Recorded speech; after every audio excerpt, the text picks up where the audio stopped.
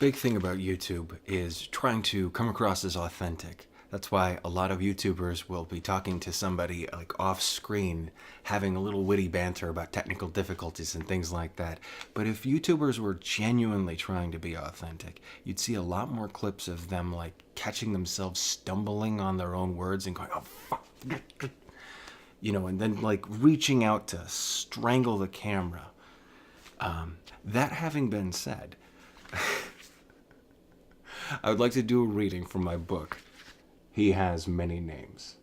This chapter is a little ways in. While the main character of our story, our hero, Noelle, she has been hired to pen a novel in 1 month while she's sequestered in the fantasy suite of the world-famous Auralia Hotel. And she's been drinking alone. And this happens. I was pacing the 19th floor at 3 in the morning. I was more than a little tipsy. To make matters worse, the light fixtures had started flickering. This hall was where I did the bulk of my thinking, writing and verbal processing, since I'd checked in. Something had to be done. I decided to place a call to the front desk. I dug my phone out of my pullover. The voice memo application was still running from God knows when. A little waveform trailed across the screen. In the upper right corner, I saw that my battery was at 10%. Then the screen blinked off, and I heard a screech, like someone pushing furniture across a hardwood floor, followed by a crash and a door creaking open. I checked the rooms. The suites with the vampire bat knocker, the wolf, the octopus, and mine were all shut. A dozen ice cubes scattered across the floor. The ice maker tilted forward and spat out another mouthful of blocks, and fell on its face. The condom dispenser behind it stood diagonal from the wall.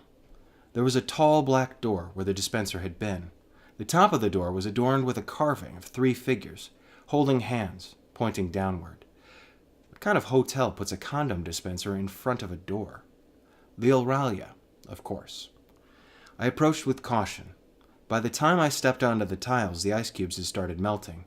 Water seeped into my cat slippers while I was busy examining the scene. This new door had a knocker in the same place as the others. It featured a figure sitting atop the big brass ring with his fist to his chin. It took me a moment to recognize Rodin's famous sculpture, The Thinker. I moved closer and the other engravings revealed themselves as well. At first I thought they were simple floral designs until I shifted my footing and a glare caught the finish. Naked figures jumped out of the woodwork, twisted, writhing, and anguished, a collage of biceps, buttocks, and breasts. Each carving looked like it had melted into position, a liquid orgy of delight and despair. The lights flickered, and the figures seemed to crawl over each other. I jumped back, and they vanished back into the varnish. I was too tipsy to trust what I was seeing. I squeezed my eyes shut, raised my palms, and inhaled. I lowered my palms, exhaled, and opened my eyes. The thinker watched me from the knocker, waiting for me to make my move. My curiosity got the better of me. I took the ring and knocked 3 times. Each hit echoed into the distance. When the last fell silent, the door opened. I stepped through the entryway to find not carpeting, but cold stones. I felt the wall for a light switch and found more stones. I dared to announce my presence. Hello? The door swung shut behind me, and there was a clicking, not far from where I stood. I froze a few steps from the archway. Behind me was only darkness. Ahead was the crackling of a flame, drawing me into the room. I followed the light toward the bedroom, taking in my surroundings as I went. The furnishings were made up of Inquisition-era torture devices, Catherine wheels, Judas cradles, and Iron Maidens. Cat o'-nine-tails, riding crops, and stocks were scattered on the floor, while the walls were lined with shackles. Something about the flame beckoned me. I followed the light to a pair of torches mounted to an archway. Standing at the threshold, a breeze hit me harder than anything I expected from any bedroom. I stepped through the archway and entered a cathedral so grand there was no way it fit inside the city, let alone the 19th floor of the Auralia Hotel. Torches ran from the floor to the dome of the ceiling. Firelights went so far off into the distance they seemed like constellations. Each torch sat in the eye socket of a slick red skull. The skulls were stacked higher than any catacomb, and held together with a mortar of musculature and organs. Support beams marked each of the columns. They looked like thigh bones with curved bodies and rounded joints. But they were longer than anything on the fossil record, longer than canoes, longer than limousines. The vestibule was a cobblestone platform, the size of a tennis court. Beyond that were steps so wide and so deep they could have been Colosseum seats. They led to a swirling volcanic cauldron at the heart of the cathedral. Tall, flowing banners hung from the walls. Light danced down their fabric, revealing a patchwork of hair, veins, and nipples. The banners were made from human flesh that had been branded with a ghastly coat of arms. I couldn't help but examine the nearest banner. There was a rendering of Adam and Eve, naked as the day they were made, shackled to a shield, topped with a crown of horns, framed with raven wings. Upon the shield were the beasts of the sea and the dragon of the earth, as described in Revelations. The worst part of the cathedral was the cages hanging from the ceiling, like a colony of bats. Some were filled with people I'd known, producers I'd pitched to, agents I'd tried to court, and screenwriters who'd vanished. I inched toward the stairway that went around the cathedral. Something was happening at the bottom. Lava shot up, like a glowing orange geyser, and all the cages rattled. There was a pulsing hum, whoosh, whoosh, whoosh, followed by a series of sharp metallic clinks like an aircraft carrier hauling up an anchor. Something terrible was swimming in the fire.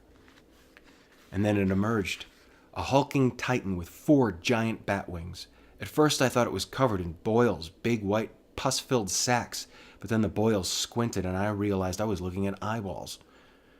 The titan's head was a lopsided jumble with the profiles of beasts in place of his ears. The fangs of a lion roared out of his left side, while the snout of a bull flared from his right. The grimace facing forward was human as a chiseled brick could get. I tried to read his face, but despite his size, the titan was so far away, it was hard to make out his expression. This was the entity Ezekiel described in the Bible, a seraph of the highest order of angels, one of the cherubim, corrupted by his fall. This was no mere devil. This was Satan. Something told me not to look him in the eyes. So I shifted my gaze to the ceiling. The cages started rattling. The captives went into violent convulsions. Their backs stiffened, their legs jutted out, and their toes pointed straight down. Prisoners gripped their bars as electricity surged through them. They gritted their teeth until their eyes rolled back and their jaws went slack. Light burst from their eye sockets, nostrils, and mouths. The prisoners sat up in a uniform position. "Come closer." They spoke as one, a congregation echoing a sermon. "I can hear you fine from just here." "Closer." Thunder boomed. The floor quaked. The platform tilted forward. I looked for the archway, but it was high above me now. I could already feel a pull toward the cauldron. I fell back, desperately trying to lower my center of gravity. I dug my heels into the gaps, but my slippers offered no traction, and I lost my footing. From the edge of the platform all the way to the pit, the steps fell like dominoes. The Colosseum transformed into a mile-long ramp. When the platform tilted, I slid fast. The traction peeled my sweatpants up to my knees. The stones scraped my calves, chipped my thighs, and battered my ass. They struck my tailbone, every column of my spine, and slammed into the back of my skull. Satan's caged congregation followed my movements. I fell so fast their eyes passed like comets. I looked down into the cauldron. Satan's wheels lowered into the lava, making it swirl and bubble. He waded in to meet me head-on, closer. When I neared the pit, he opened wide to swallow me whole. Thus concludes our reading from He Has Many Names by Drew Chial, available on ClashBooks.com and Amazon.com. Thank you for listening.